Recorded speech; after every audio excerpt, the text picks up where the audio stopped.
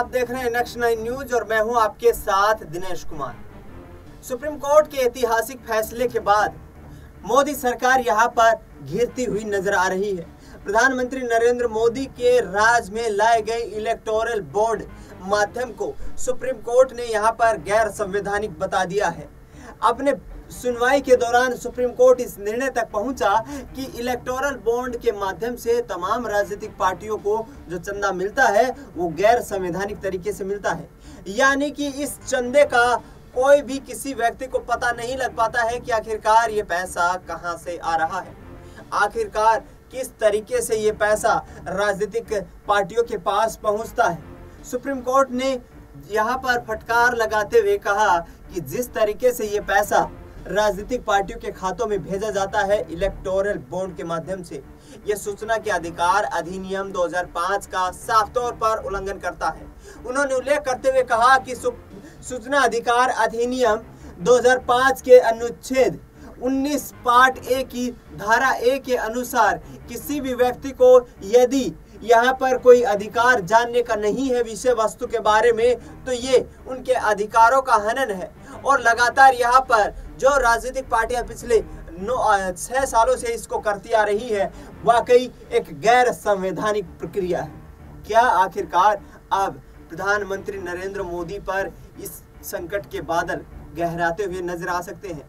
लेकिन दूसरी तरफ पीएम के पास कुछ विशेषाधिकार होते हैं। विशेषाधिकार इस प्रकार से होते हैं कि प्रधानमंत्री नरेंद्र मोदी संसद का विशेष सत्र बुला करके इस फैसले को चुनौती दे सकते हैं। इसको और आगे आने वाले वक्त में चुनौती फिर से पेश की जा सकती है। सुप्रीम कोर्ट के फैसले को चुनौती देने के लिए प्रधानमंत्री के पास शक्तियां होती हैं और उन शक्तियों के आधार पर चुनावी बॉन्ड मामला जो है इसको कहीं ना कहीं चुनाव से पहले गर्म मुद्दा होने से केंद्र सरकार यहाँ पर बचा सकती है। इस पर लगातार राजनीति हो रही है। विपक्षी दल यहाँ पर केंद्र सरकार पर कुठाराघात करते हुए नजर आ रहे हैं। तमाम राजनीतिक पार्टियों के नेता यहाँ पर प्रधानमंत्री नरेंद्र मोदी को सीधा घेरते हुए नजर आ रहे हैं और उनका साफ तौर पर कहना है कि पीएम मोदी भ्रष्टाचार के खिलाफ जो लड़ने की बात करते रहे थे, आखिरकार पिछले 7 सालों से सरकारी तंत्र का इस्तेमाल करते हुए खुद घोटाले के आरोपी हैं और 5200 करोड़ रुपया आखिरकार उनको चंदे के स्वरूप कैसे मिल सकता है। इस पर कांग्रेस पार्टी अपना रुख अख्तियार करते हुए पीएम मोदी को कटघरे में खड़ा करती है और यहाँ पर पवन खेड़ा जो कि राष्ट्रीय प्रवक्ता है कांग्रेस पार्टी के, उनकी तरफ से कहा जा रहा है कि यहाँ पर तिहाड़ की सलाखों के पीछे वो व्यक्ति जाने वाले हैं जिन्होंने इस पूरे मामले को यहाँ पर तूल दी है और भ्रष्टाचार के माध्यम से इस पूरे घटनाक्रम को अंजाम दिया है। इस पर राजनीति काफी गर्म है और केंद्र सरकार अभी खामोश है। सुनिए क्या कुछ कहते नजर आ रहे हैं पवन खेड़ा हमारी इस खास रिपोर्ट के माध्यम से।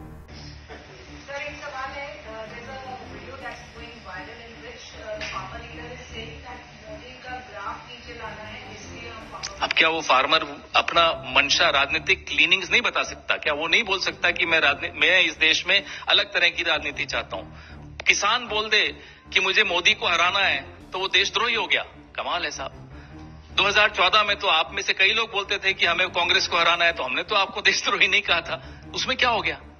किसान का हक नहीं है क्या? वो वोटर नहीं है क्या? मोदी जी को वोट दे तो वो हिंदुस्तानी है, देश प्रेमी है, देशभक्त है। मोदी जी के खिलाफ बोले तो वो देशद्रोही है। ये किस तरह की व्यवस्था ला रहे हैं साहब? तो करना चाहते हैं लोग क्योंकि ये ग्राफ बहुत ही आर्टिफिशियल ढंग से ऊंचा किया गया है बॉट्स के माध्यम से। सोशल मीडिया में किस तरह से इस ग्राफ को ऊंचा रखा जाता है हम भी समझते हैं, आप भी समझते हैं। आर्टिफिशियल इंटेलिजेंस का दुरुपयोग हम भी देख रहे हैं, कौन क्या क्या कितना कितना कर रहा है। वक्त आने दीजिए, कई लोग तिहाड़ में होंगे। सुन लीजिए ये ग्राफ कैसे ऊपर रखा जाता है। अब आप सुन लीजिए क्योंकि उसमें आप सब भी भागीदार हैं, आपके जो मालिक हैं वो भी भागीदार हैं। कैसे उन पर दबाव होता है, उन पर किस तरह की व्यवस्था होती है, आपस में किस तरह की लेन देन होती है कि वो ग्राफ ऊपर रखा जाए। कौन है हिरेन जोशी? मैं फिर पूछता हूं, क्यों आप लोगों को एसएमएस भेजते हैं? वो क्यों व्हाट्सएप मैसेज आते हैं आपके एडिटर्स के पास हिरेन जोशी के? ये ग्राफ ऊपर ऐसे रखा जाता है। तो अगर कोई इस ग्राफ को सही मांगों को लेकर सड़क पर उतर रहा है नीचे लाने के लिए, तो क्या गलत है? ये ग्राफ ऊपर ही रहेगा और आर्टिफिशियल ही रहेगा। क्यों? हेडलाइन मैनेज की जा रही है जिस देश में, वहां आप कहते हैं कि ग्राफ ऊपर क्यों नहीं रहना चाहिए। असल में क्या है, बाहर आकर देखें ना मोदी जी, बुलाएं किसानों को अपने घर पे, या जाएं किसानों से मिलने, जाएं बेरोजगार नौजवानों से मिलने। 1 घंटे में 2 बेरोजगार नौजवान आत्महत्या कर रहे हैं इस देश में। ये ग्राफ ऊपर दिख रहा है आपको? तो आपने सुना, यहाँ पर पवन खेड़ा लगातार कहते हुए नजर आ रहे हैं कि जिस आधार पर केंद्र सरकार की नाक के नीचे ये भ्रष्टाचार रूपी एक षड्यंत्र रचा गया है और जिसके आधार पर भाजपा को तमाम औद्योगिक राजघरानों से छप्पर फाड़ जो चंदा मिला है, उस चंदे के आधार पर तमाम सरकारें गिराने का काम किया जा रहा है और तमाम सरकारों को यहाँ पर खरीद फरोख्त का काम किया जा रहा है। जिस तरीके से यहाँ पर आरोप लगाते हुए पवन खेड़ा कहते हैं कि जिस तरीके से अधिनियम के तहत आने के बावजूद पूर्णतया इस कानून के अंदर सूचना अधिकार अधिनियम का अवहेलना की गई है। उन्होंने कहा है कि आलीशान भवन बन रहे हैं भारतीय जनता पार्टी के और कुछ चंद मित्रों को देश की संपदा लुटाई जा रही है। इस पर यहाँ राजनीति लगातार गर्म हो रही है और इसी आधार पर अब आतिशी सिंह क्या कहती हुई नजर आ रही है, जो कि आम आदमी पार्टी की नेत्री हैं और दिल्ली में कैबिनेट मंत्री हैं। सुनाते हैं आपको। मैम, आज एक बड़ा फैसला आया है सुप्रीम कोर्ट की तरफ से। जो पॉलिटिकल पार्टीज के इलेक्टोरल बॉन्ड्स थे उनको मना कर दिया गया है कि अब वो नहीं यूज हो सकते हैं और तत्काल प्रभाव से उन्हें निष्क्रिय कर दिया गया और उन्हें अवैध भी घोषित किया है। देखिए, हम इलेक्टोरल बॉन्ड्स के इस डिसीजन का स्वागत करते हैं। ये ट्रांसपेरेंसी के इंटरेस्ट में, इलेक्शन फंडिंग की ट्रांसपेरेंसी के इंटरेस्ट में एक बहुत महत्वपूर्ण कदम है। वरना इलेक्टोरल बॉन्ड्स एक तरीका बन गए थे जिसके माध्यम से ये पता नहीं चल रहा था कि कौन व्यक्ति किसी पॉलिटिकल पार्टी को फाइनेंस कर रहा है। इस देश के लोकतंत्र के लिए बहुत ज़रूरी है कि ट्रांसपेरेंसी रहे कि किस पॉलिटिकल पार्टी को कितना पैसा कौन लोग दे रहे हैं। और ये बहुत खुशी की बात है कि सुप्रीम कोर्ट ने ECI को तुरंत प्रभाव से कहा है कि किस पार्टी को कितने इलेक्टोरल बॉन्ड्स मिले, उनकी सारी डिटेल्स को पब्लिक डोमेन में डाला जाए। इस देश के हर नागरिक को ये जानने का अधिकार है कि जिस पार्टी को वो वोट दे रहे हैं उस पार्टी को फंडिंग कहाँ से आई है, क्योंकि ये एक नागरिक को जानने का अधिकार है कि क्या जो किसी राज्य में या जो केंद्र में जो पार्टी शासन कर रही है, क्या वो अपने वोटर की चॉइस के आधार पर निर्णय ले रही है या जिसने उसे चंदा दिया है उसके आधार पर निर्णय ले रही है।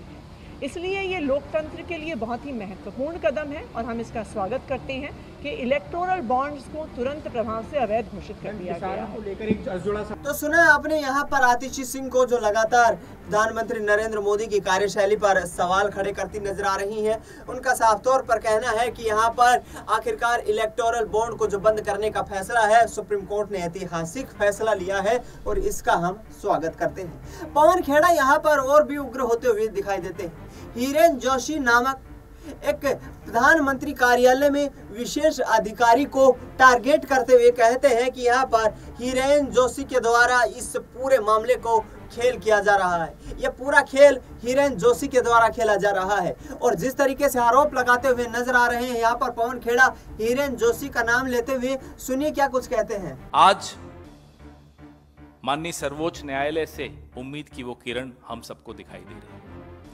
जब से ये इलेक्टोरल बॉन्ड स्कीम 2017 में लाई गई थी, उस वक्त वित्त मंत्री माननीय अरुण जेटली जी ने इसका बहुत बौद्धिकरण करने की कोशिश की। He tried to intellectualise it a lot and justify it, लेकिन हमने तब से उसका विरोध, पुरजोर विरोध, हर मंच से, बार बार, इस मंच से तो कई बार करते रहे। हमारी क्या आपत्तियां थी? हमारी आपत्तियां बहुत स्पष्ट थी कि ये अपारदर्शी है, इससे भ्रष्टाचार को बढ़ावा मिलेगा, इससे काला धन सफेद हो जाएगा, इससे जो रूलिंग पार्टी है, जो सत्तारूढ़ दल है, सारा लाभ उसको मिलेगा और एक ऐसा अनकहा अनदेखा रिश्ता स्थापित हो जाएगा सत्तारूढ़ दल का और कंपनियों का। जो कंपनियां इन इलेक्टोरल बॉन्ड्स को खरीदेगी उनको क्या लाभ दिया जाएगा, ये तमाम सवाल हम इस मंच से बार बार उठाते रहे। सवाल जायज थे, चिंता जायज थी, क्योंकि किस कंपनी ने किस पार्टी को कितना पैसा दिया और क्यों दिया, उसके एवज में उसको क्या मिला, ये जानने का अधिकार इस देश के एक एक वोटर को है, एक एक पत्रकार को है, एक एक व्यक्ति को है। भले वो किस पार्टी को वोट देता है नहीं देता, उससे कोई फर्क नहीं पड़ता। और उस अधिकार की रक्षा के लिए कांग्रेस पार्टी तत्पर है। इकलौती पार्टी जो 2017 से लेकर आज तक लगातार इस मुद्दे पर बहुत प्रबल आवाज में बोलती आई है। अब जो 95% इलेक्टोरल बॉन्ड्स का पैसा एक पार्टी यानी कि भारतीय जनता पार्टी को मिला, हम भी ये जानना चाहते हैं, देश भी ये जानना चाहता है कि उसके एवज में आपने क्या हवाई अड्डे बेचे हैं, आपने क्या कोयले की खदानें बेची हैं, आपने क्या किया है, या एमएलए खरीदे हैं, या नए सूट सिलवाए हैं। ये जानने का हक हम सबको है। या नए हवाई जहाज खरीदे हैं, हमें नहीं मालूम आपने क्या खरीदा। 95% यानी कि 5,200 करोड़ रुपए भारतीय जनता पार्टी के अकेले के खाते में इलेक्टोरल बॉन्ड से आया है। तो सुना आपने, यहाँ पर पवन खेड़ा लगातार कई सवाल खड़े करते हुए नजर आ रहे हैं। उनकी तरफ से लगातार कहना है कि यहाँ पर सरकार जिसको नौजवानों की बात करनी चाहिए, शिक्षा स्वास्थ्य की बात करनी चाहिए, रोजगार की, किसानों की बात करनी चाहिए, लेकिन यहाँ पर तमाम जो है राजनीतिक पार्टियों को खरीद फरोख्त की जा रही है।